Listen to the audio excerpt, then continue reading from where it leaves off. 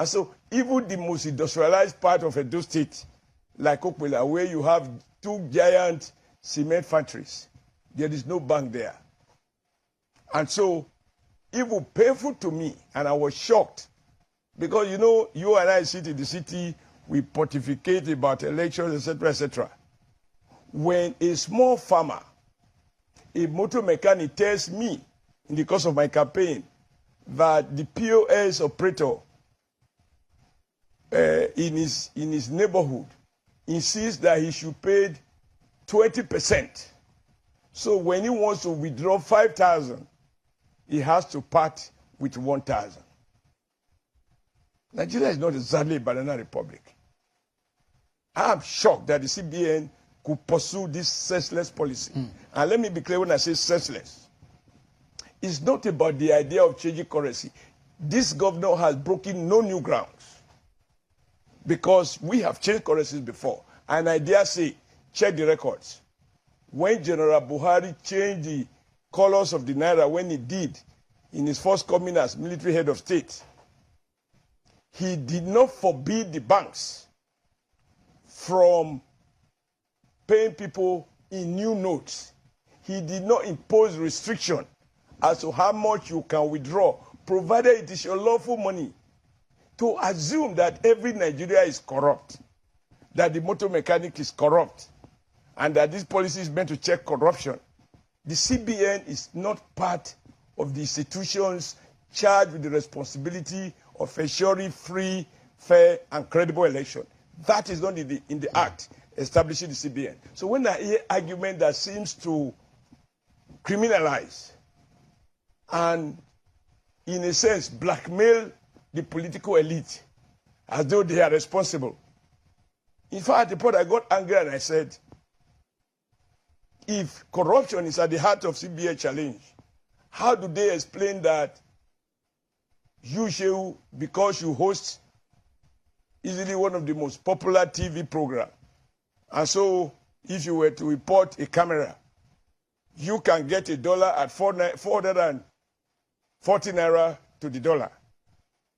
And your cameraman, who knows nobody, he wants to pay his child school fees. He has to go to Wuse Market to buy the same dollar at 740 Naira.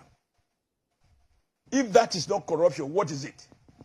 So I mean, wait a minute. Yeah. So I think what Erufai was saying is that if you have pockets of riots and protests, and because our armed forces, whether the police and obviously the army is not trained for that, to manage discontent, mass uprising, you may end up with a situation where you are unable to conduct election. And so it's not only APC that will lose. Everybody will lose. Shehu, do you notice that Ivo Atiku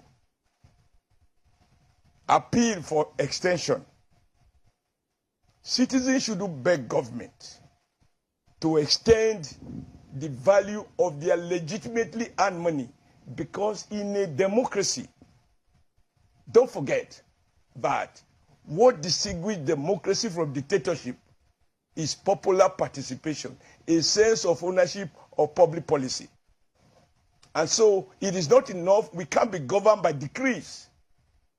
If the president cannot govern by decree, nobody in Nigeria should govern by decree. We must be governed by our consent. So, we have parliaments. Yeah. So, and I asked the question, comrade, the CBN was reappointed by President Muhammadu Buhari. Yes. President Buhari is of the APC. Yes. We can then say this is an APC-led government. Can you excuse whatever is happening, the economic hardship on Nigerians, can you excuse the APC from all of this? Unfortunately, it's a very difficult question to answer. First, we can't deny the fact. And for me in particular, I was the national chairman, and I went around the 36 states campaigning for APC victory, both at the presidential, Senate, National Assembly, governorship, and even House of Assembly. So I cannot order any guys pretend or even attempt to delete myself from the APC. And even now, I am a candidate on APC platform. And I'm not ashamed about that. But having worked as chairman, which enabled me to work directly, to relate directly with the president, I know the trick that the CBN played.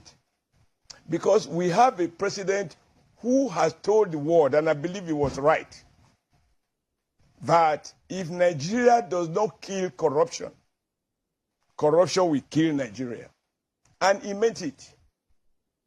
Even in informal talks, we do say that if you want the president to accede to something, you must assure him that what you want him to approve will not in any way translate to a corrupt practice. So I can guess, because I wasn't there, that in obtaining the approval which the president said he gave, I believe the CBN deceived the president by amplifying the need to have a corruption-free electioneering, as if election is the only project that this president has responsibility for.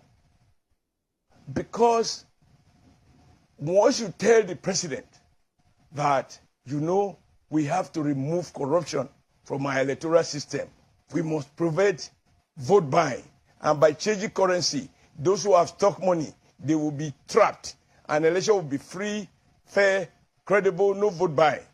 The President Buhari that I know will have no difficulties in agreeing. So however, yeah. wait, Shehu, the CBN governor knows better than that.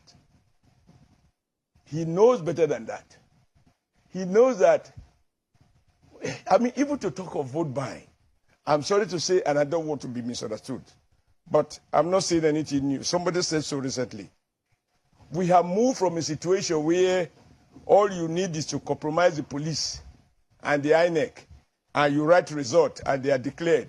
Then you start balancing the ballot papers later, to one in which those seeking election are now afraid of the electorate. If people say you are buying vote the way you bribe the police, you bribe people you are afraid of.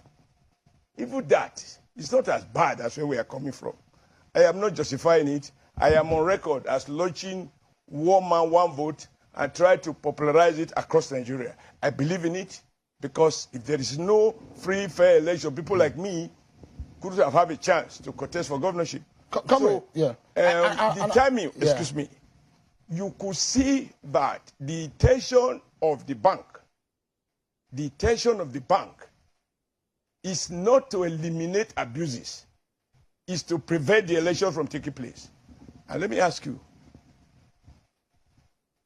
even INEC will have to revise its budget if it budget to buy PMS to distribute election materials, and you now have to pay 500 Naira or even 1,000 Naira a liter, like I paid last week.